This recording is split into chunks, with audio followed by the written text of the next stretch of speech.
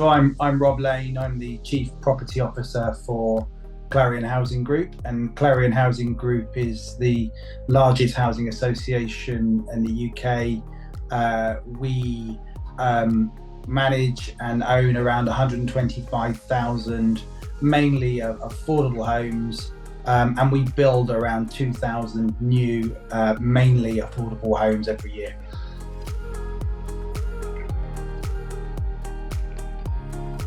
So I'm responsible for our existing homes, so our 125,000 homes, and all aspects of property. So from the repairs and maintenance, the investment in those homes, and the long-term strategy in terms of the standards we want to get those homes to in the future.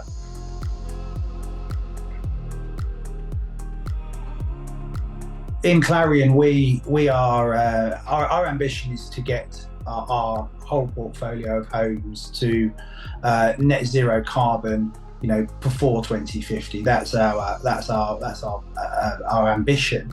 And there's two parts to that really. One is around obviously carbon and the environment, but the second and most important part to us is that it's expensive and leads to residents living in poor conditions when they haven't got an efficient home. So for us, it's really around getting homes that are efficient, that are good quality, and are safe for our residents. So that is the main driving force behind our energy efficiency program.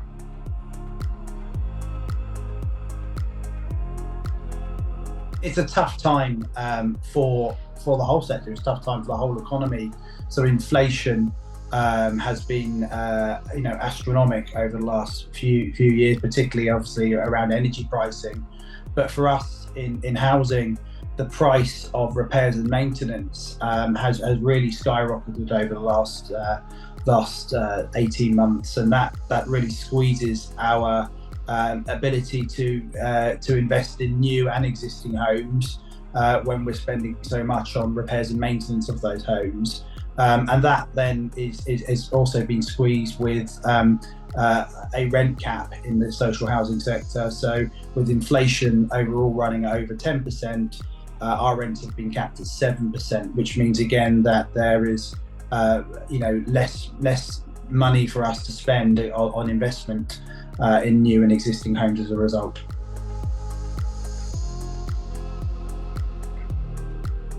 Clarion's no different to that. We have been around for over 100 years in various forms, and therefore we have housing from across that spectrum. So we've got housing that's over 100 years old, and we've got housing that's been built in the 60s and 70s, particularly when a lot of social housing was built quite quickly using non-traditional methods. And all of that has different challenges in terms of bringing it up to modern standards of energy efficiency.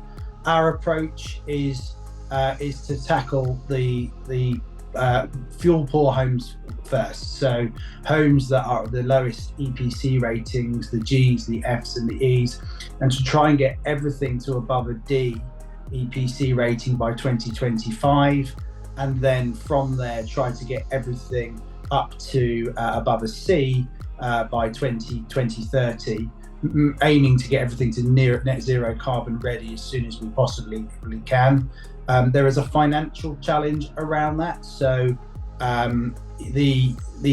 particularly in the most fuel poor homes, the cost of the works, the benefit of that goes to the resident in terms of energy savings, and we are a landlord have a higher cost of investment in those homes.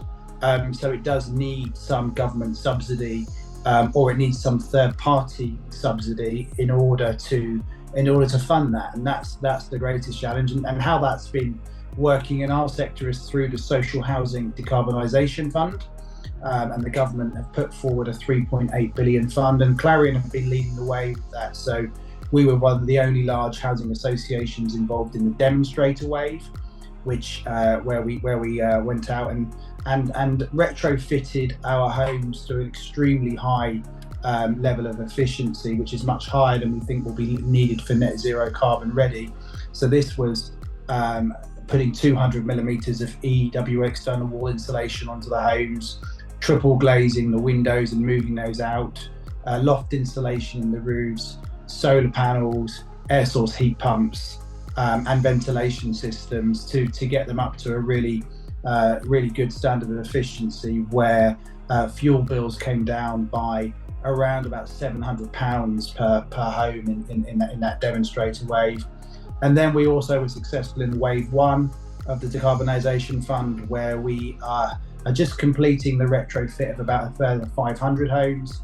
And we've just been announced yesterday as successful in the wave two bid, where we'll be retrofitting 5,300 homes over the next 3 years. So it keeps growing and building. We keep learning from each phase. But the biggest challenge at the moment is doing that in an affordable way, because the capital cost on those, particularly those worst performing homes, that's where the cost is the highest, because you have to make the most interventions.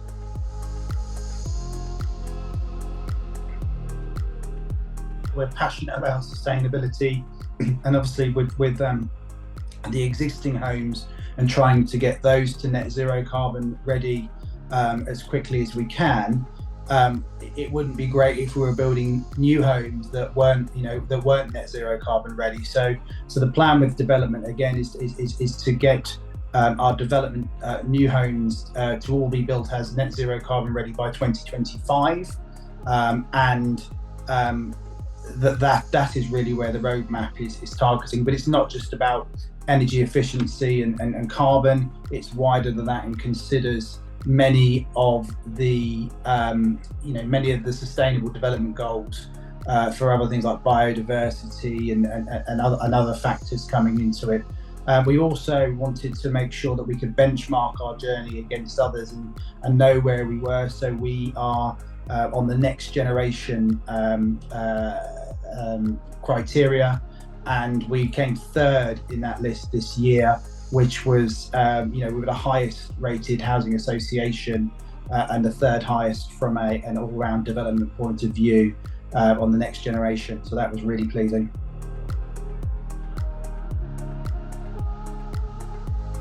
So community is really one of the things that's the heart of our social purpose. We don't just want to create houses. We need to create homes and communities that work, and with that, it's about making sure that there are jobs, making sure that there are amenities around that can support the community. So we have a foundation within Clarion called Clarion Futures, and Clarion Futures is the largest foundation of its type in the country.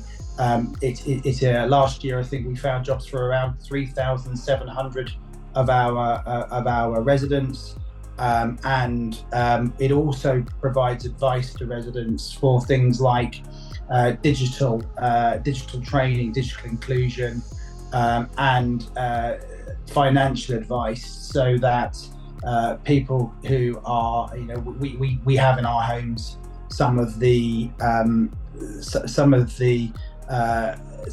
people who are on the lowest incomes, and therefore they need support and advice, particularly at the moment with the cost of living crisis.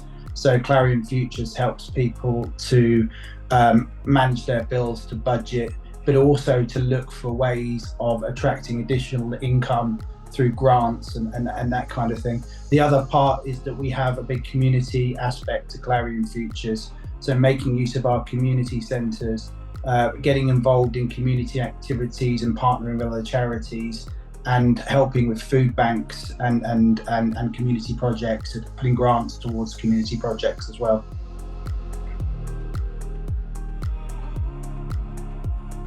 You can imagine with 125,000 homes, we have quite a lot of space and land around our homes, green spaces, and it's really how we make use of those spaces and bring them into the community, encouraging the community to interact and start to take care of those spaces as well, encouraging where we can, wildlife and community projects around that space. We're even looking, where there aren't green spaces, and some of our regeneration means things like balcony greening, and other green projects to make sure we've got enough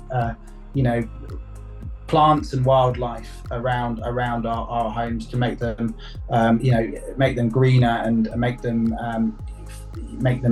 I can't think of the word I'm trying to say, but make them fit in with the environment and make them better places for people to live.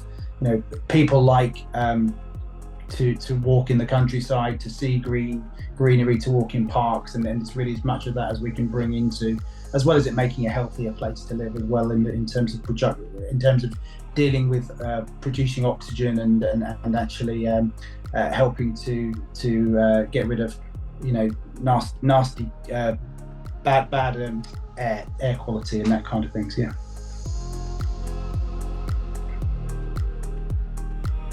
So I think what we do is we look at our homes, particularly our existing homes and new homes that we're building, and try to forecast forward how the environment might change.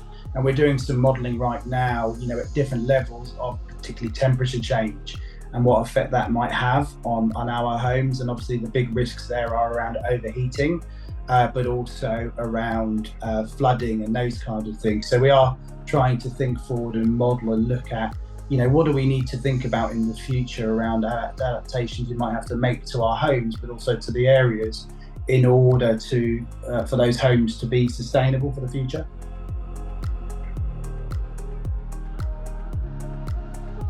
Definitely innovators. I mean, I think I mentioned earlier on in the interview that one of the biggest challenges for us is that the investment we make into our properties, the benefit goes to the resident in terms of fuel bills, and that's particularly when you're talking about boiler replacements and what we replace boilers with in the future. We've got around 90,000 boilers that we have to replace with a green source of energy over the next couple of decades, and sort of understanding the innovation that's coming into this space, and actually trying to pilot a few different technologies or a few even different models, financial models, economic models that we might need in order to accelerate that transition, because I think that's something that we would like to do a lot quicker than we've currently got in our plan, is to move boilers out of properties and replace them with cleaner, greener energy in our homes.